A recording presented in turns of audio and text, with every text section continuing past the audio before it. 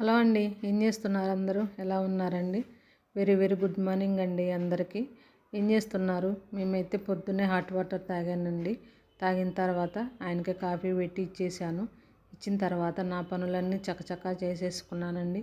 మీరేం చేస్తున్నారు? మీరు టిఫిన్ చేశారా? మేమైతే దోశలు వేసుకొని తినేస్తున్నామండి. చట్నీలో ఇలా ఎండుమిర్చి కొంచెం ఎక్కువగా వేసుకుంటే చట్నీ కొంచెం స్పైసీగా ఉంటుందండి, చాలా టేస్టీగా ఉంటుందన్నమాట. చలికాలం కదండి, మనకి ఏదైనా స్పైసీగా తినాలనిపిస్తుంది. దోశలోకి మా వారు ఉల్లిపాయ కోయమన్నారండి, అందుకే కోస్తున్నాను. ఎగ్గు దోశలు అలాంటి ఇప్పుడేం తినకూడదు కదండి, కార్తీక మాసం ఇంకా అయిపోలేదు కదా, అందుకని మేము అవన్నీ ఆపేసామండి, ఏమీ తినట్లేదు.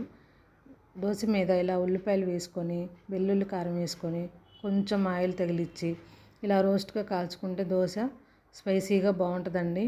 నేనైతే ఇలానే తింటాము. మీరు ఎలా తింటారో కామెంట్ చేయండి, ఓకేనా? దోశ తిన్న తర్వాత 1 కప్పు టీ తాగేసానండి నేనైతే.